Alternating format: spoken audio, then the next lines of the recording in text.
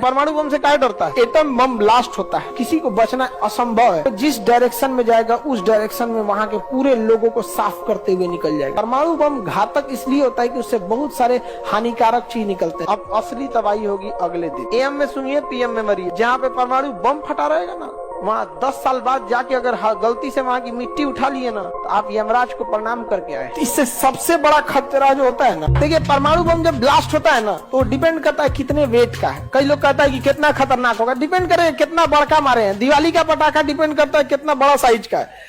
तो जब कभी भी अगर कहीं भी एटम बम ब्लास्ट होता है, तो इससे सबसे बड़ा खतरा जो होता है ना, वो 10 किलोमीटर के रेडियस में बहुत भीषण आग लग जाता है और हीट वेव चलाता है। टेम्परेचर लगभग 300 डिग्री सेल्सियस हो जाता है। तो 10 किलोमीटर के रेडियस में तो किसी को बचना असंभव है। 100 डिग्री सेल्सियस में पानी खोलता है, किसी के ऊपर आप फेंक दीजिए ना, बचेगा? नहीं बचेगा। 3rd डिग्री बर्न हो जाएगा उसको। जैसे ना आग लगता है ना, जलता है तो 1st degree, 2nd degree, 3rd degree जलने के बाद आदमी को बचना बहुत ही मुश्किल होता है। तो 10 किलोमीटर के रेडियस में टेम्परेचर कितना कर देगा?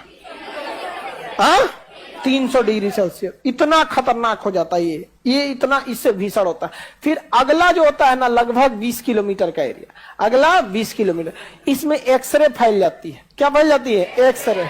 कितना? एक्सरे।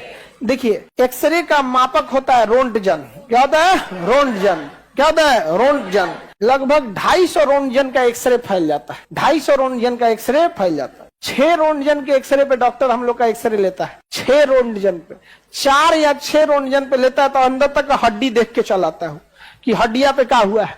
वो 250 रोंटगन मारेगा ना तो पूरा उधिया जाएगा आदमी, यहाँ पे खाली हो जाता है शरीर। 20 रोंटगन से ज्यादा एक्सरे पे इंसान की मौत हो जाती है। और परमाणु बम से कितना निकलता है? 250 रोंटगन। आपका एक्सरे हो जाता है, दिखता है। अरे ऐसे खड़ा थे, अचानक एक्सरे हो गया, आपको कुछ दिखता भी है? एक्सरे एक प्रकाश है जिसे हम देख नहीं सकते हैं। जैसे सीसीटीवी कैमरा से निकलने वाला एक इंफ्रारेड, वो भी एक प्रकाश है जिसे हम देख नहीं सकते हैं। तो एक्सरे निकलेगा कितने रोंटगन का? 250। इसकी खोज रोंटगन ने किया था, इसलिए इसका नाम ही हो गया रोंटगन। एक्सरे की जब खोज किए थे ना, तो एकदम खुश हो गए थे, ये भगवान मिल गई। लो नाम क्या रखे? तो नाम रख दिया एक्स। नहीं, एबीसी मैथ पढ़ते हैं लोग, तो मान लिया कि एक्स। समझ में आया कि नहीं? क्या मान लेते हैं? एक्स है। किसी को दिक्कत? एक्स। तो इसका 250 रोंटगन का क्या निकलता है? एक्सरे निकलता है। इतना भीषण होता है। इसके बाद निकलता है गामा रेज। क्या निकलता है? Gamma rays. ये अगले 20 किलोमीटर तक क्या जाएगा? Gamma rays. समझ आ गया कि नहीं गया? कहाँ जाएगा? Gamma rays.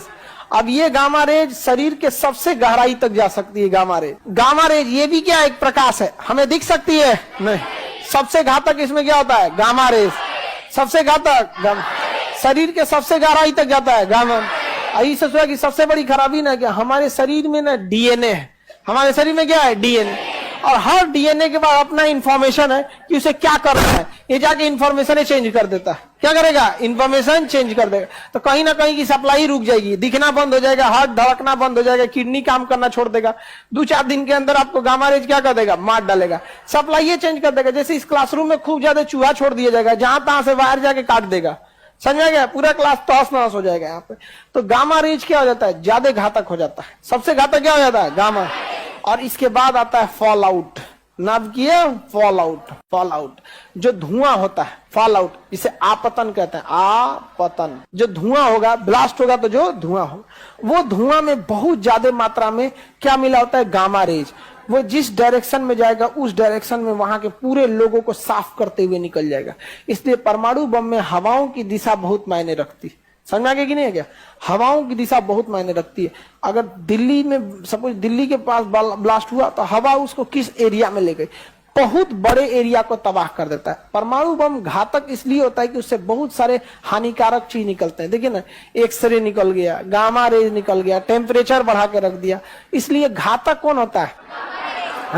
Gamma rays. घातक गामा रेज। परमाणु बम जिस दिन गिरता है उस दिन उसी एरिया में तबाही होता है। जैसे पटना में गिरेगा ना, तो पटना के जिस एरिया में गिरेगा उस एरिया के 5, 7, 10 किलोमीटर के रेडियस में तबाह हो जाएगा। यानी आधा पटना का शहर गया। ठीक है? अब असली तबाही होगी अगले दिन, जब किसी को दिखेगा ही नहीं। अरे क्या हो गया, क्या हो गया? वो हवा जो होती है ना, वो प्रदूषित हो जाती है। जैसे कोरोना किसी को दिखता था, लेकिन 14 दिन का टाइम देता था ना मरने में, मतलब मारने में तो कोरोना 1 महीना लेता था। जिसको कोरोना हुआ तो 14-15 दिन तक तभी इंक्यूबेशन पीरियड में रहेगा, उसको खुद नहीं पता है, फिर अगला 14-15 दिन में उनको मारेगा। परमाणु में ऐसा नहीं होता है। रेडिएशन आप सूंघे, अभी सूंघिए, AM में सूंघिए, PM में मरिए, मतलब 12 बजे से पहले सूंघिए, 12 बजे के बाद मरिए, सुबेरे सूंघिए, रात में मरिए, रात में सूंघिए, सुबेरे मरिए। 24 घंटा के अंदर टपका देता है रेडिएशन। पता ही नहीं, कोई उपाय नहीं है, बचने से कोई उपाय नहीं। परमाणु बम से काहे डरता है सब? कोई उपाय नहीं है। प्रिवेंशन है लेकिन कोई उपाय नहीं है, और जितना उपाय है वो परमानेंटली उपाय नहीं है। पूरी तरह से एंटी रेडिएशन सूट पहनना पड़ेगा। मारा 6 अगस्त को तबाह हो गया हिरोशिमा। जापान को लगा कि ससुरा बहुत खतरनाक बम है ये, अब हम भी बदला लेंगे। लेकिन अगले दिन जब लाश गिरना चालू हुई ना, जो सोया है सोया ही रह गया है। परमाणु बम कोई विस्फोटक नहीं बल्कि एक प्रदूषण है। जमीन, हवा, मिट्टी, पानी सब प्रदूषित हो गई वहां पे। जहां पे परमाणु बम फटा रहेगा ना, वहां 10 साल बाद जाके अगर गलती से वहां की मिट्टी उठा लिए ना, तो आप यमराज को प्रणाम करके आए। अब तो आशीर्वाद देंगे अब आशीर्वाद देंगे। इतने खतरनाक उसका रेडिएशन होता है, दिखता नहीं है उसका रेडिएशन। हम लोग को क्या रेडिएशन दिख रहा है? अभी सबके मोबाइल में जियो, एयरटेल, वोडाफोन का टावर का नेटवर्क होगा, दिख रहा है? किसी नहीं दिख रहा है। वैसे ही रेडिएशन हो जाएगा, दिखेगा नहीं। लेकिन जैसे हम लोग सूंघेंगे, लोग फेफड़ा हो जाएगा मच्छरदानी। समझ में आ गया कि नहीं? बहुत खतरनाक होता है रेडिएशन, और ये रेडिएशन का असर एक लंबे समय तक रहता है। यही रीजन है कि नागासाकी, हिरोशिमा आज भी लोग दिव्यांग पैदा होता है। समझ में आ गया कि नहीं? आज भी लोग क्या पैदा होता है? दिव्यांग। 32 साल में खत्म होता है। नहीं रे बबुआ, 3000 साल में। कितने साल में? रेडिएशन का प्रभाव कब खत्म होगा? 3000 साल में। अभी 100 साल भी नहीं हुआ है जापान पे परमाणु बम पटकाए हुए, वहां असर कितना साल रहेगा? 3000। लेकिन उसके ऊपर सिल्वर, इसका क्या नाम है, पोटेशियम आयोडाइड लगा के उसको थोड़ा सा क्या किया जाता है? कम किया जाता है। बोरिक एसिड का छिड़काव करने से रेडिएशन क्या हो जाता है? बैठ जाता है। बोरिक एसिड के पास परमाणु बम का रेडिएशन बहुत हाईली जाके चिपक जाता है, और बोरिक एसिड भारी होने से नीचे बैठ जाती है। तो जहां परमाणु बम होता है ना, वहां हेलीकॉप्टर से क्या छिड़का जाता है? Boric acid. लेकिन पायलट मर जाता है। हेलीकॉप्टर से छिड़कने टाइम पायलट मर जाएगा वहां पे, तो बोरिक एसिड का छिड़काव किया जाता है। फिर उस हेलीकॉप्टर का जो भी दूसरा कोई हेलीकॉप्टर के पास जाएंगे वो भी नहीं पड़ जाएंगे। तो इसलिए जो भी पायलट जाता है ना, पूरा एंटी रेडिएशन सूट पहन के जाता है, लेकिन बहुत हाईली रिस्क होता है। अमेरिका ने मार दिया। आगे बढ़े ध्यान से। तो ये अमेरिका ने कहा मार दिया?